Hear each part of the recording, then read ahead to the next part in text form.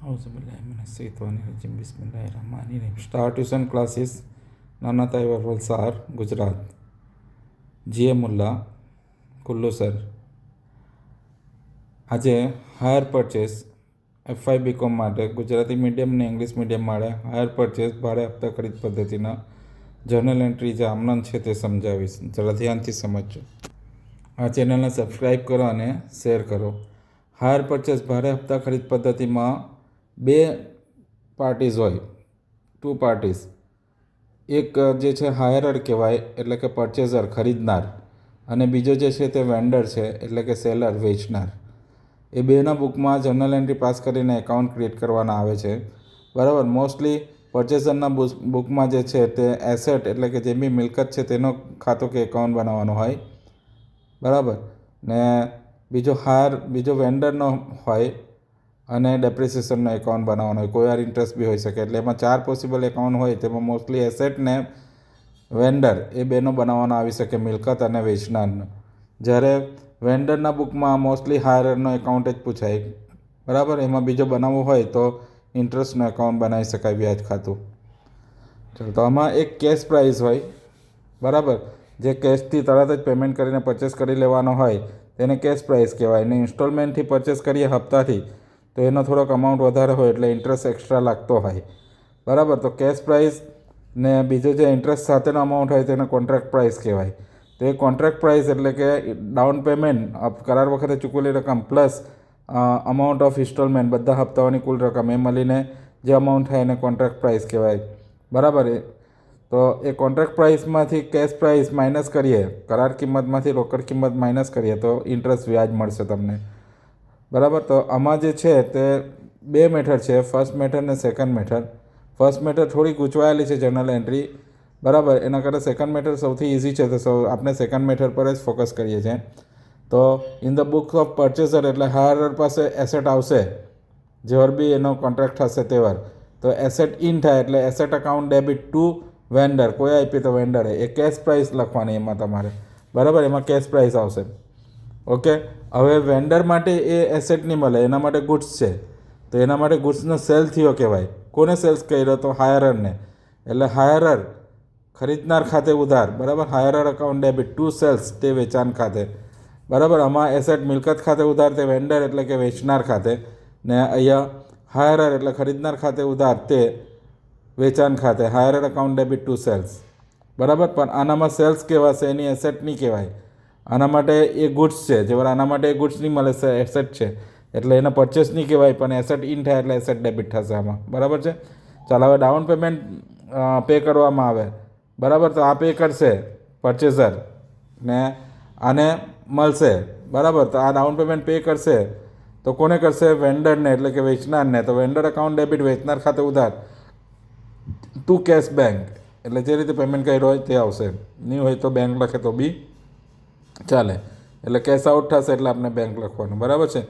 આના પાસે down payment આવશે એટલે એના પાસે કેશ બેંક ઇન થશે, એટલે કેશ બેંક ડેબિટ ટુ કોઈ આપ્યા તો હાયરર એટલે કે ખરીદનારે, તો ટુ હાયરર એટલે રોકડ બેંક ખાતે ઉધાર તે ખરીદનાર ખાતે એમ આવશે, જે નામ હોય તે નામ લખવાનું આવશે। હવે હપ્તો ઇન્સ્ટોલમેન્ટ પેમેન્ટ કરવાનો થશે એટલે હપ્તો ચૂકવવાનો થાય તેવાર, તો આમાં કેશ પ્રાઇસ જ આવેલી છે, કેશ પ્રાઇસ જ વેન્ડર એટલે વેચનારનો ક્રેડિટ થયેલો છે, જમા થયેલો છે। તો ઇન્ટરેસ્ટનો અમાઉન્ટ જે છે તે વેન્ડરમાં ક્રેડિટ નહીં થયેલો મળે, વેચનારમાં જમા થયેલો નહીં મળે, તો તે કરવું પડશે। ઇન્સ્ટોલમેન્ટ પેએબલ થાય તેવડે ઇન્ટરેસ્ટનો અમાઉન્ટ જેટલો, કેમ કે એમાં ઇન્ટરેસ્ટ ઇન્ક્લુડ નહીં મળે આમાં, જે ક્રેડિટ થયેલો છે તેવર, બરાબર। તો અહીંયા ઇન્ટરેસ્ટ અકાઉન્ટ ડેબિટ આના માટે એક્સપેન્સ કહેવાશે ટુ વેન્ડર, એટલે વ્યાજ ખાતે ઉધાર તે વેચનાર ખાતે, બરાબર। જે વેચનારમાં એટલા ઓછા અહીંયા જમા કરેલા છે તે અહીંયા વ્યાજ જેટલા પાછા જમા કર્યા, આના માટે વ્યાજ ઇન્ટરેસ્ટ જે છે તે ઇન્કમ બનશે, તો ઇન્કમ ક્રેડિટ થશે।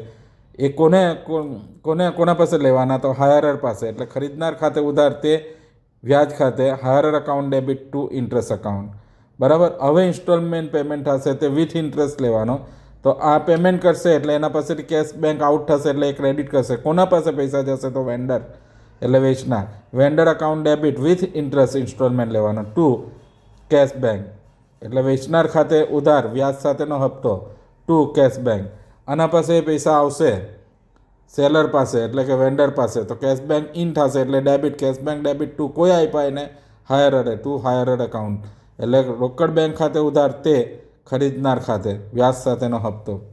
હવે યર એન્ડિંગ થશે એટલે ડેપ્રિસિએશન કાઉન્ટ કરશે.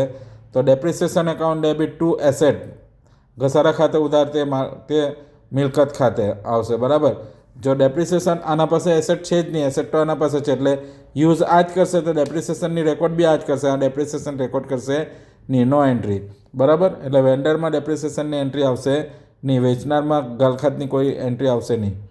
Return of interest and depreciation તો ઇન્ટરેસ્ટ જો આમાં ડેબિટ થયેલો હશે, ઇન્ટરેસ્ટ ને ડેપ્રિસિએશન બી ડેબિટ થયેલો હશે, એને રિટર્ન ઓફ કરવાના એટલે બેઉને ક્રેડિટ કરવાનું.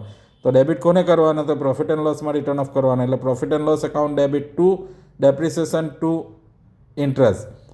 નફા નુકસાન ખાતે ઉધાર તે ઘસારા ખાતે તે વ્યાજ ખાતે જે ઉપર ક્રેડિટ હશે તેને ઉપર ડેબિટ હશે તેને અહીંયા ક્રેડિટ કરી દેવાનો. હવે આનામાં ઇન્ટરેસ્ટ જ ક્રેડિટ થયેલો છે તો એ જ રિટર્ન ઓફ કરવાનું. તો એ ક્રેડિટ થયેલો છે એને શું કરવાનું? ડેબિટ.